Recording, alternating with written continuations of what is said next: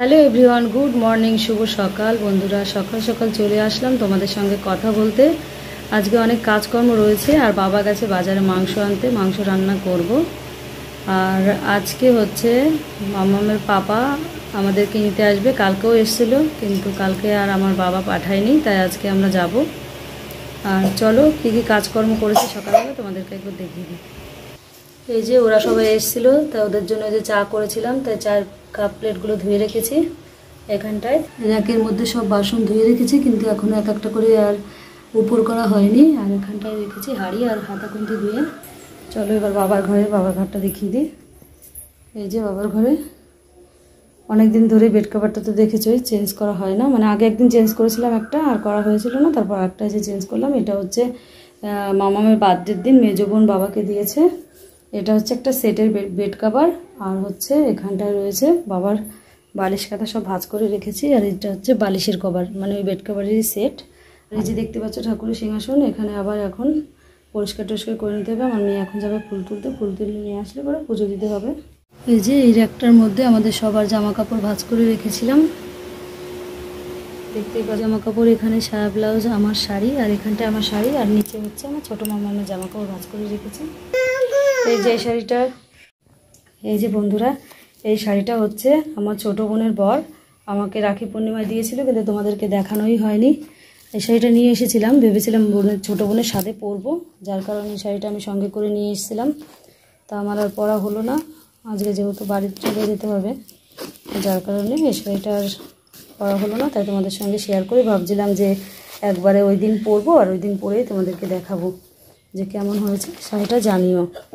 এটা হচ্ছে আমাদেরকে রাখি পূর্ণিমায় দিয়েছে আমার ছোটো বোনের বর, আর মেজ বোনের বরও দিয়েছে, সেটাও তোমাদেরকে দেখাচ্ছি। দেখো শাড়িটা, তোমাদের প্রথম পাটটা খুলে দেখাচ্ছি।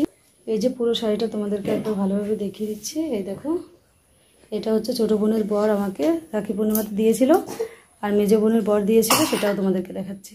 বর আমাকে 500 টাকা দিয়েছিল, বলেছিল দিদি তুমি তোমার পছন্দ মতো একটা শাড়ি কিনে নিও। যার কারণে আমার আর কেনাও হয়নি, তাই টাকাটা রেখে দিয়েছি। ভেবেছিলাম পরে একটা শাড়ি কিনবো আর তোমাদেরকে দেখাবো একবারে। তা যাই হোক, এই শাড়িটা তো আর পরা হলো না, পরে অনুষ্ঠানে হয়তো পরবো এসে। আর এই টাকাটা দিয়েও একটা শাড়ি কিনে নেব পছন্দের। বন্ধুরা, ডাক্তার কাছ থেকে ওষুধটা নিয়ে আসলাম। আমার মেয়ে সকালবেলা থেকে 4-5 বারেরও বেশি বমি করছে। জানি না কি হয়েছে, ওর হয়তো গ্যাস হয়ে গেছে না ফুড পয়জন হয়েছে, বলতে পারছি না। মানে একভাবে বমি করছে। আগের দিন যেমন আমার বাবার ভীষণ শরীর খারাপ, রাত্রেবেলা সেই মানে 1টা থেকে ভোর 3টে পর্যন্ত বমি করেছে একভাবে বাবা, সেরকম টাইপের আজকে আবার আমার মেয়ের হয়েছে। সেই ভোর সকাল থেকে বমি করছে, এখন প্রায় 9টা বাজে, একভাবে বমি করেই যাচ্ছে। তারপর আমার মেয়ে এই যে সূর্য কাকার কাছ থেকে ওষুধ নিয়ে আসলো, এখন ওকে এটা খাইয়ে দেব, দেখি কি হয়। কাকা বলেছে যে আমি বাড়ি এসে ওর পেট দেখে তারপর আবার ওষুধ দেবো। চলো তাহলে খাইয়ে দিই।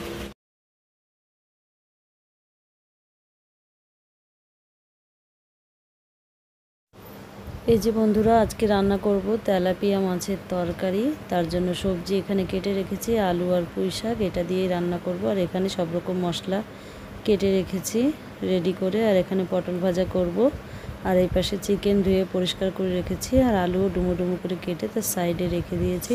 আর এখানে শুকনো লঙ্কা ভিজিয়ে রেখেছি। আর এখানটা ডিম সিদ্ধ করেছি, 2 মেয়েকে দেবো খেতে। আর এই পাশে দুধ জাল দিয়ে রেখেছি। এই যে এখানে দুধ জাল দিয়ে রেখেছি, পটল ভাজা করেছি, ঝোল করেছি, আর এখানটায় মাংস করেছি। এই ছিল আজকের রান্না বান্না। চলো ঝটপট এখন খাওয়া দাওয়া করবো, আর তার আগে তোমাদেরকে একবার ঠাকুর দর্শন করিয়ে দিই। এই যে আমার মেয়ে পুজো দিয়েছে, পুজো দেওয়া হয়ে গেছে। এখন আমরা যাব ঘরে, ছেলে মেয়েকে নিয়ে খাওয়া দাওয়া করবো। ঠাকুর পুজো করা হয়ে গেছে। এই যে আমাদের ঠাকুর।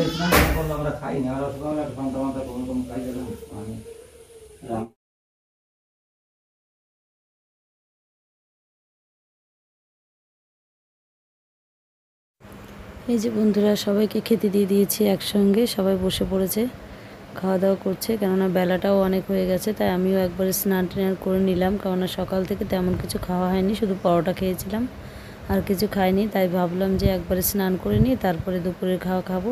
তাই বাবা সবাই মিলে একসঙ্গে বসে পড়েছি খেতে। আর এই পাশে বসেছে মামার পাপা, মামাকে খাইয়ে দিচ্ছে, কিন্তু মামাও কিছুতেই খাচ্ছে না ভাত। আর এই পাশে ভেলভেলেটা বসেছে, এই পাশে বাবা, আর ওই পাশে পরি বসেছিল খেতে।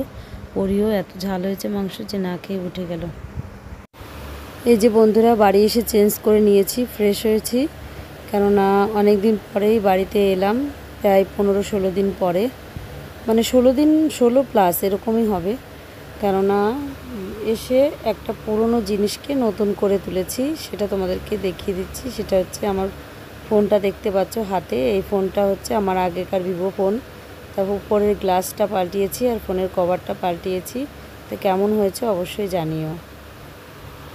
আর এই যে নিয়ে এসছে পাবদা মাছ, নিয়ে এসে মামার পাপা ফ্রিজে রেখে দিয়েছিল, কারণ তরকারিটা রান্না করা হয়নি। তাই ভাবলাম সবাই মিলে বাড়িতে এসছে যেহেতু খাওয়া দাওয়া করতে হবে, তাই এসে আবার রান্নাটা বসাবো, তাই মাছটা কাটতে বসেছি। আর এখানে নিয়েছি পটল ভাজা করব, তাই পটল কেটে নিয়েছি, উচ্ছে আলু ভাজা, আর ওই পমপ্লেট মাছগুলো দিয়ে আলু বেগুন দিয়ে ঝোল করব। তা চলো বন্ধুরা, ভিডিওটা আজকের মতো